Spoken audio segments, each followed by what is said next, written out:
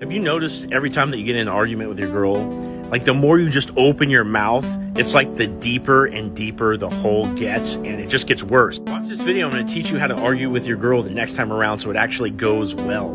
So typically when arguments tend to like crescendo upwards and just like the energy keeps getting tenser and tenser and tenser, it's because, you know, something has happened in the relationship. It bothered the girl, and now she's bringing it up to you, and she just wants to feel heard and understood. So if the girl brings you her concerns, and she's saying, hey, I didn't really like it when you did X, Y, and Z, but the way that she's phrasing it is like charged with emotion, and it's just like, it just feels like she's bringing up like 10 examples of like why you're a bad person. It's really, really hard to do the right thing in that space because you just want to defend yourself. And so you have to understand, instead of defending yourself, and this is really hard to do, you have to listen to everything the girl says, even if she's like stacking 10 examples of all these things that you did wrong.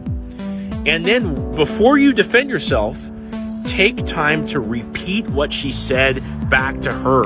And you can't use sarcasm. You can't, twist her words up or anything else like that. You have to use empathy and say back to her everything she said, even though like all 10 things just felt like something that was way out of left field, an attack on you. So you have to be the bigger person here.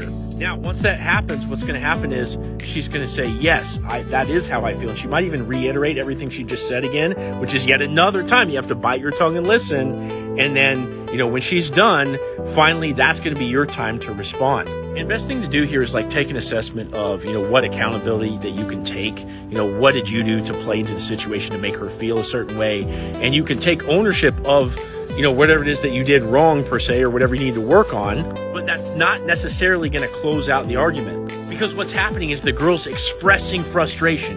You've done something in your day-to-day life that really, really bothers her. And now what she's doing is she's releasing it, just like you might see like with steam at some kind of factory or whatever. It's just releasing into the air. Now, until she's all the way vented, again, it's going to feel like this verbal onslaught on you, and you have to take caution to not let it feel like an attack, even though oftentimes it will.